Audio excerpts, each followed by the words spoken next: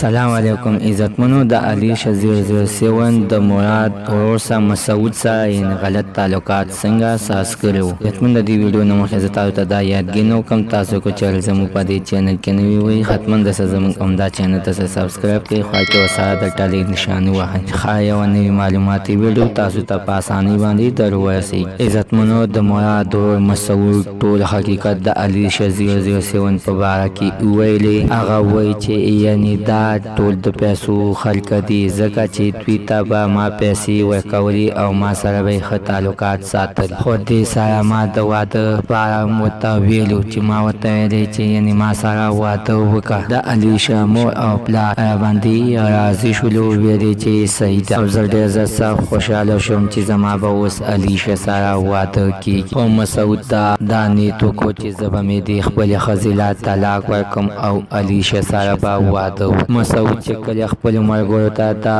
ویلې نو هغوی ورته په جواب کې ویلې چې صحیح ده، دوی دا خلکه خو د پیسو دي ځکه چې داود پېښوري موږ ډېر ښه پېژنو، دا د پیسو دپاره ښه یو کار کوي. زه صحیح درته داسې کار وکړه چې ورته ووایه چې زما یو 2 لک روپۍ پکار دي، زه د alishah سره واده کوم، چې دا تا ته په جواب کې یعنې څه وایي. مسعود د خپلو ملګرو خبره ومنله او د alishah پلار ته ورغلی، یعنې داود شاه پېښوري ته ورغلی او ورته یې ویلې ما ته 2 لک روپۍ پکار دي، ما سره په واده کې 2 لک روپۍ کمې دي او ما ته راکړه چې زه چې کله واده وکړم نو زه به تاسو ته بیا پیسې درکړم.